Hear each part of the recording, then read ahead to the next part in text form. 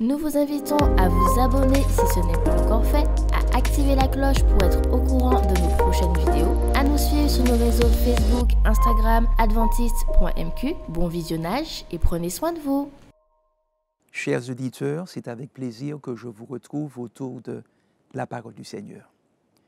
En introduction, je voudrais vous inviter à prier.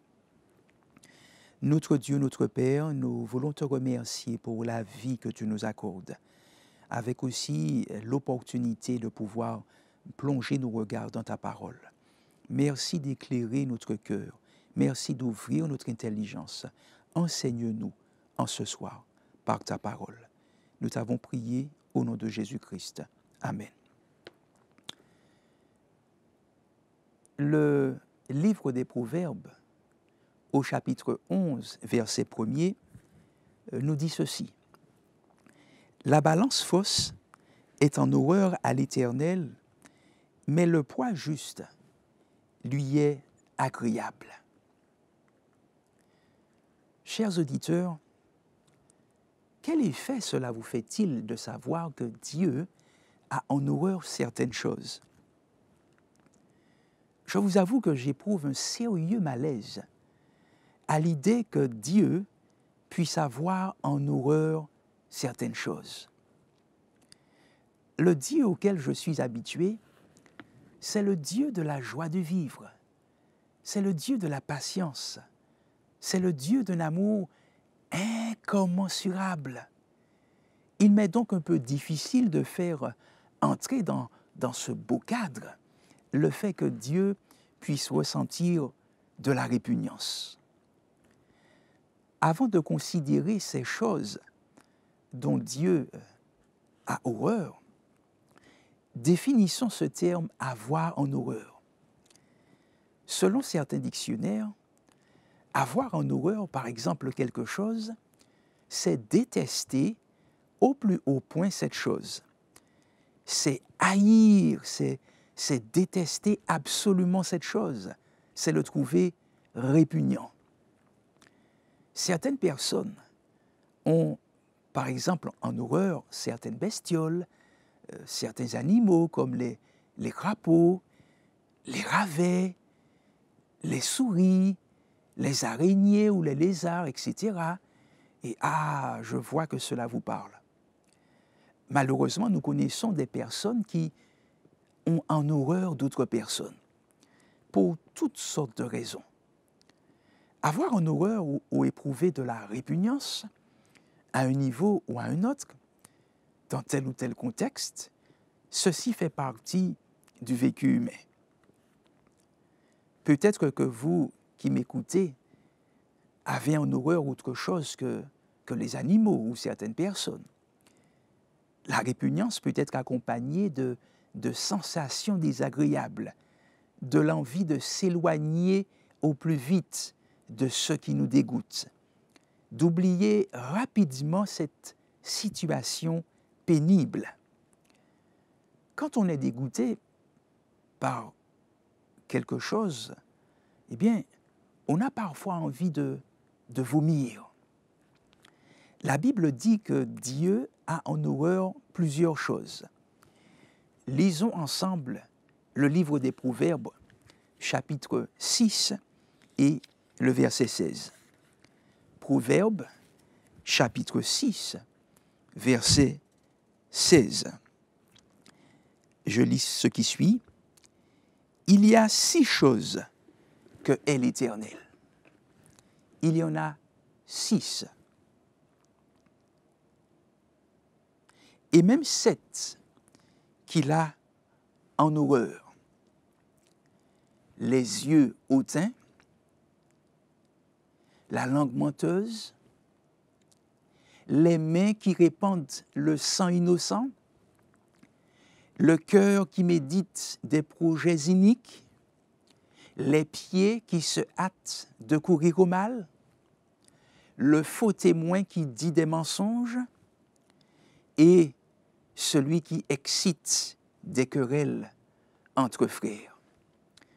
Lisons maintenant le livre des Proverbes, chapitre 11, verset 1er. Proverbes, chapitre 11, verset 1er. La balance fausse est en horreur à l'Éternel, mais le poids juste lui est agréable. La balance fausse est en horreur à Dieu.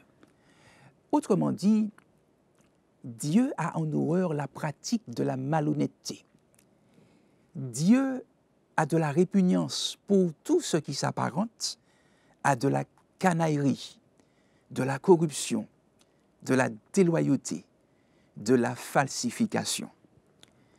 Le Seigneur qui domine sur toute chose défend des valeurs très élevées, des valeurs telles que la justice, la vérité, le pardon, la miséricorde, l'amour fraternel, l'obéissance, le cœur droit, la loyauté et l'honnêteté.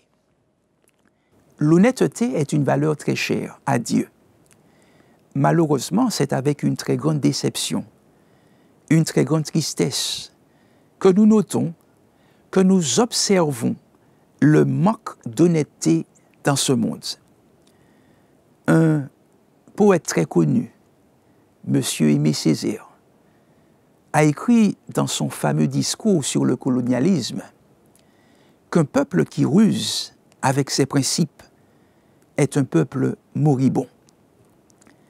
Un peuple ou une personne qui biaise avec ses principes ou avec l'honnêteté va donc perdre son intégrité d'une certaine façon, le respect de lui-même et des autres.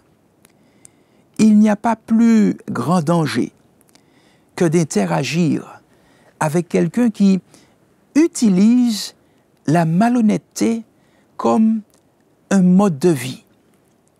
Comment donc pourrait-on placer notre confiance en une personne qui agirait de la sorte?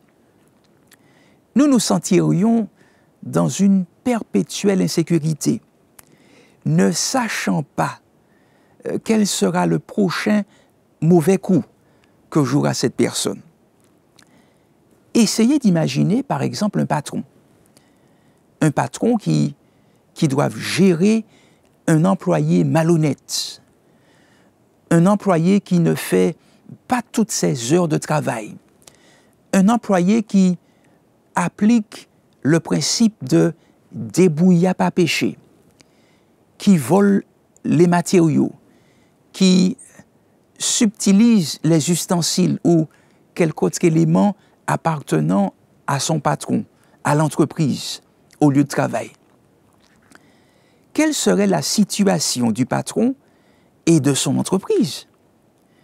Au lieu de contribuer au développement de son entreprise, cet employeur malhonnête se remplirait les poches sur le dos de son patron.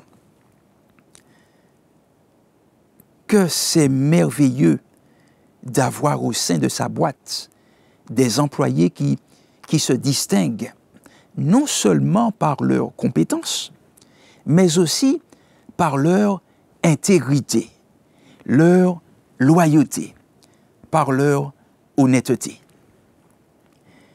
Nous déplorons aussi dans le monde politique ce genre d'agissement, de malhonnêteté.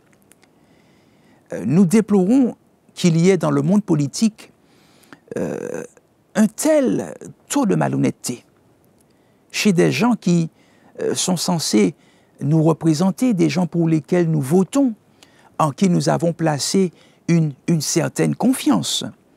Dieu merci, il y a des politiciens sur lesquels nous pouvons compter. Des gens que nous avons choisis pour diriger telle ou telle collectivité, malheureusement, se montrent malhonnêtes.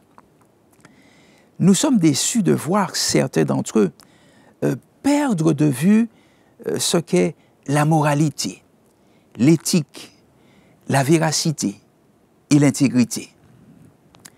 Un proverbe chinois dit ceci: l'homme sage fait de l'honnêteté le principe de ses actions. Oui, l'homme sage fait de l'honnêteté le principe de ses actions. La sagesse, selon ce proverbe, va de pair avec l'honnêteté. Ce même proverbe fait écho à un autre proverbe que nous trouvons dans la parole de Dieu. Une balance faussée est en horreur au Seigneur, mais un poids exact à sa faveur. Lorsque nous sommes honnêtes dans toutes nos transactions, dans nos interactions, dans le public comme dans le privé, nous faisons honneur à Dieu et à notre humanité. Connaissez-vous l'histoire de ce petit homme dont la Bible fait mention? Il s'appelait Zacchaïos, de son nom grec, ou Zachée en français. Son nom signifiait le juste. Portait-il toujours bien son nom? Pas toujours. En effet, sa fonction consistait à collecter les impôts pour l'autorité en place. Mais dans l'exercice de sa fonction, il subtilisait, il récupérait plus d'argent que nécessaire et se mettait dans les poches les excédents. On imagine la fortune qu'il a pu se constituer au cours des années. À notre époque, ce délit est sévèrement puni par la loi. Zachée usait de malhonnêteté dans ses pratiques. La balance qu'il utilisait était truquée. On ne pouvait pas se fier à lui pleinement. En faisant cela, il ne faisait honneur ni à son employeur, ni à la population qu'il servait. De plus, il était juif, avec tout ce que cela était censé comporter comme symbole religieux. Zachée a cependant fait une expérience, une rencontre spéciale. Son chemin a croisé celui de Jésus. Et c'est ainsi que sa vie fut transformée par la présence de Jésus dans sa vie. Zachée avait devant lui, en la personne de Jésus, l'honnêteté personnifiée. En matière de probité, l'on n'avait absolument rien à reprocher à Jésus-Christ. Il a su se montrer clean, propre, parfait dans tous les domaines de sa vie. Zachée fait la connaissance de celui qui pouvait faire de lui un homme fidèle à ses principes, à ses valeurs, un homme droit, un homme d'une rectitude, un homme exemplaire, un homme dont Dieu n'aurait plus à rougir. En laissant Jésus rentrer dans sa vie, le livre de Luc chapitre 19 nous montre que Zachée va expérimenter la vraie repentance. Et cette repentance s'est démontrée par le fait qu'il prit l'engagement de restituer tout argent dérobé. Dans ce même livre de Luc chapitre 19, et cette fois-ci au verset 8, voici ce que Zachée dira. Voici, Seigneur, je donne aux pauvres la moitié de mes biens. Et si j'ai extorqué quelque chose à quelqu'un, je lui rends le quadruple. La réalité de Jésus dans l'existence de cet homme que l'on appelle Zachée a fait toute la différence. L'honnêteté est l'un des signes de la vraie conversion. Il est inconcevable que l'on puisse porter le nom de chrétien tout en pratiquant le vol, en pratiquant la mesquinerie, l'extorsion. Si aujourd'hui le Seigneur nous révèle une quelconque forme de malhonnêteté, allons à lui pour le lui confesser. Et si nous devions réparer un tort causé à quelqu'un à cause de notre manque de probité, faisons-le sans tarder, dans la mesure du possible. Nous ne voulons pas que Dieu puisse avoir en horreur une attitude contraire à sa parole que nous serions en train de cultiver.